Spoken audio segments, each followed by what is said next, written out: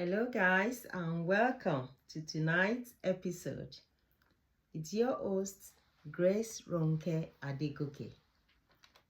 Tonight, I'm welcoming you to my back to root, back to our root, back to my root. You might have guessed I'm wearing this African attire tonight to celebrate African food as I bring you on this journey with me on this African cookery.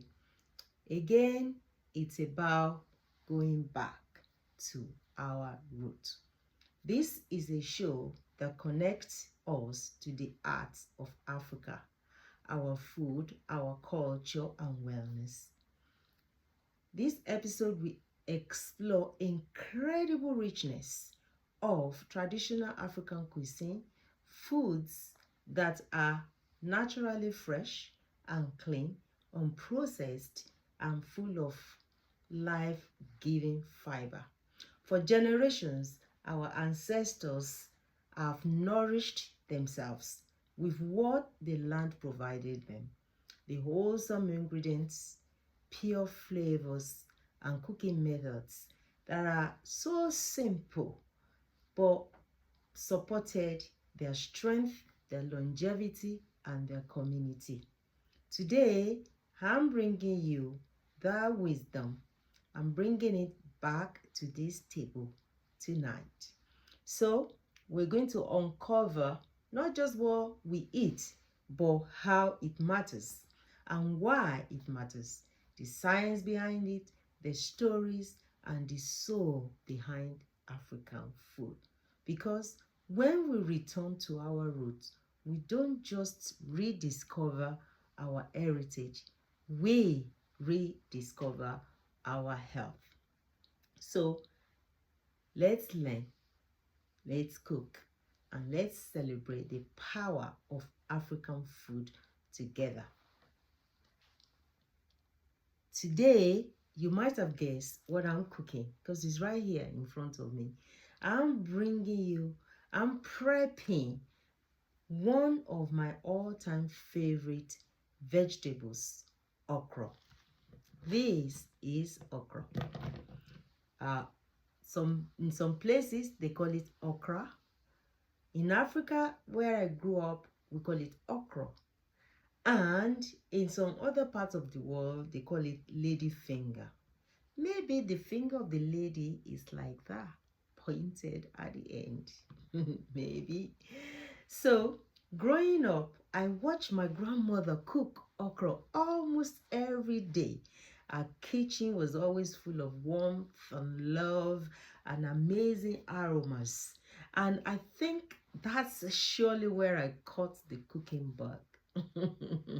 So there is something really special about connecting with our roots through food.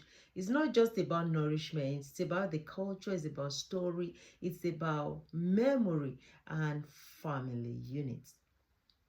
And about this cooking tonight, I'm going to prep it, and then on another episode I'll show you different ways of cooking okra.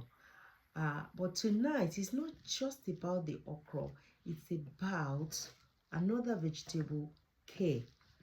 The Kenyans call kale shukuma or sukuma. Okay? And of course, I'm going to pair these two together. But I want to give you a quick tip on how to get your okra prep easily and without tears, and quickly too. When I was growing up, my grandmother would take each okra and cut it by hand one by one. Yes, I've done that. I still do that sometimes.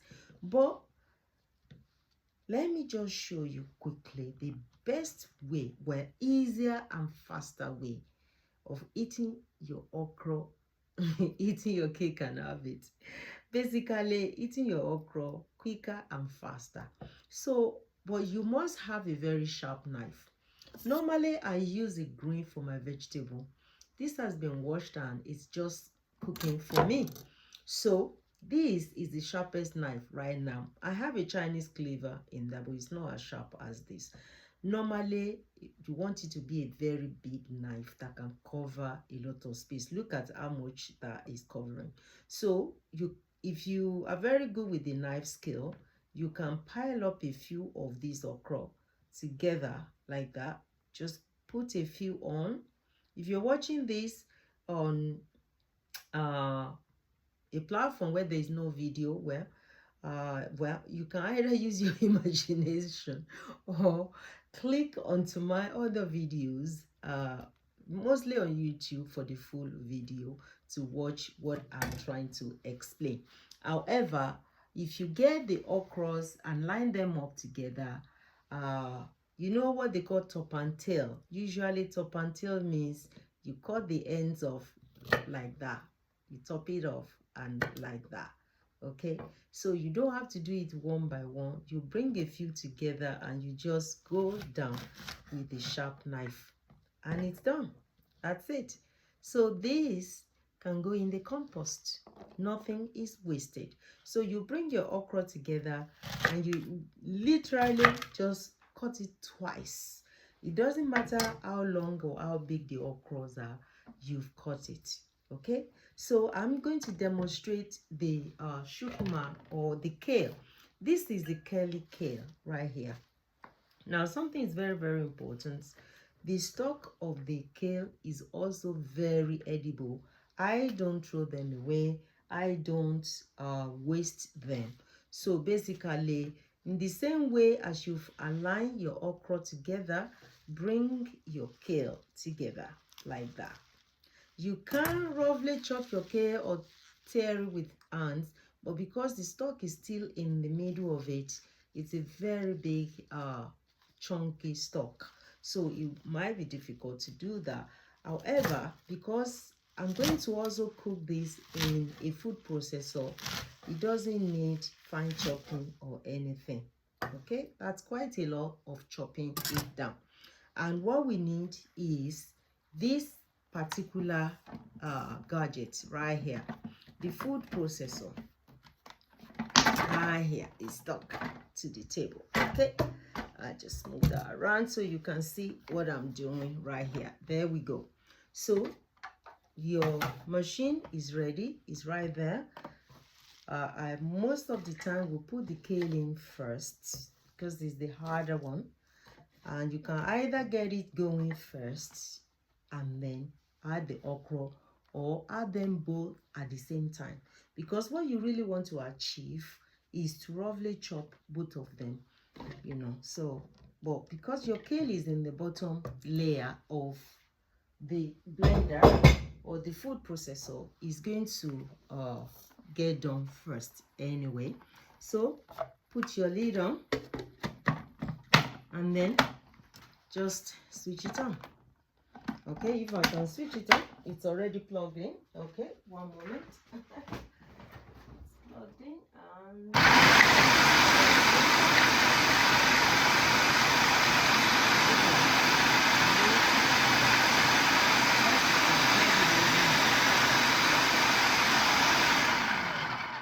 that is one way to prep and fast too your okra and your kale together. You take that out.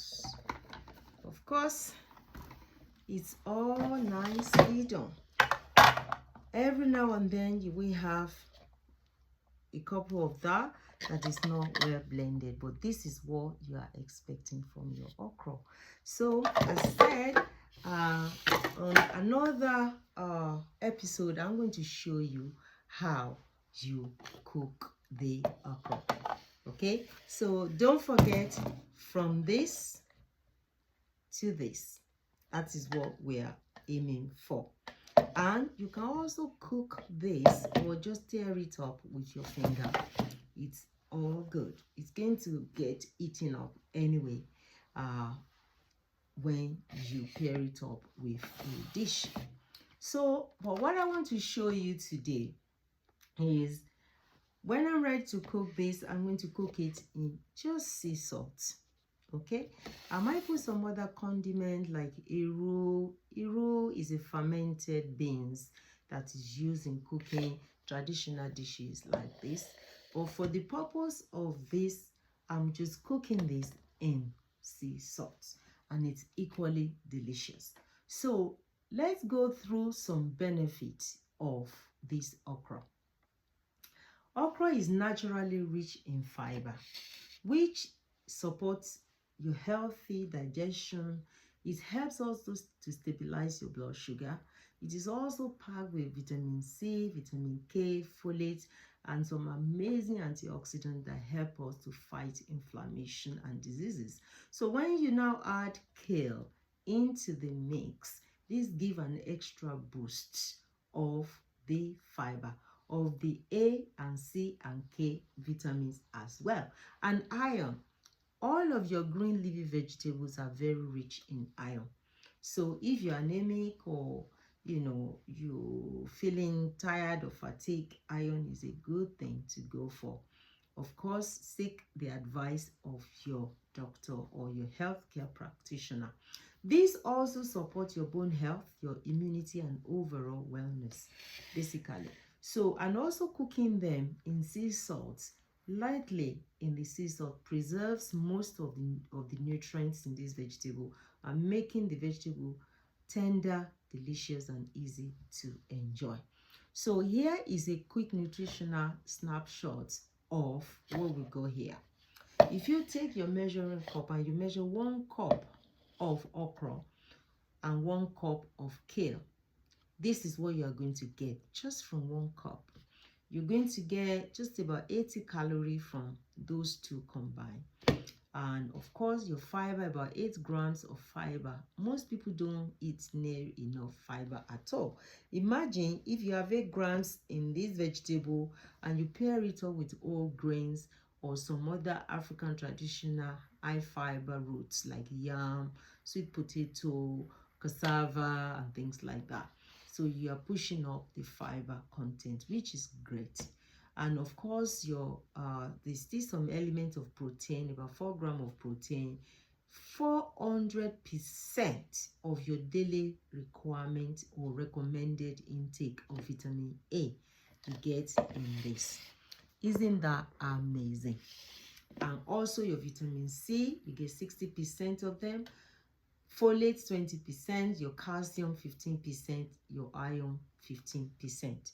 This simple dish is fiber rich, as I said, antioxidants packed, and perfect for supporting digestion, your heart, and also sustained energy. A shiny example of the wisdom of traditional African cooking. No wonder my grandma used to cook okra nearly every day without a fail. So as you chop and stir, remember, every meal is an opportunity to honor your roots, nourish your body, and celebrate the power of our culture. So when you cook this, make sure you enjoy it.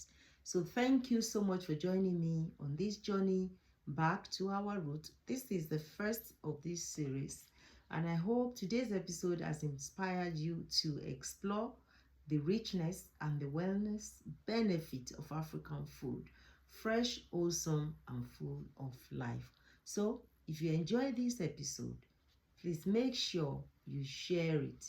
Subscribe to our channel, so you never miss a moment of learning, of cooking, of celebrating our heritage. You can also follow us across all of our social media platforms at Grace Wellness and Media, where we bring you more stories, more tips, and inspiration for living well, naturally and intentionally. Remember, every meal you put in your mouth is an opportunity to nourish your body, to honor your roots, and celebrate the power of our culture. Until next time, keep cooking, keep learning, and keep thriving. Thank you for watching. Goodbye.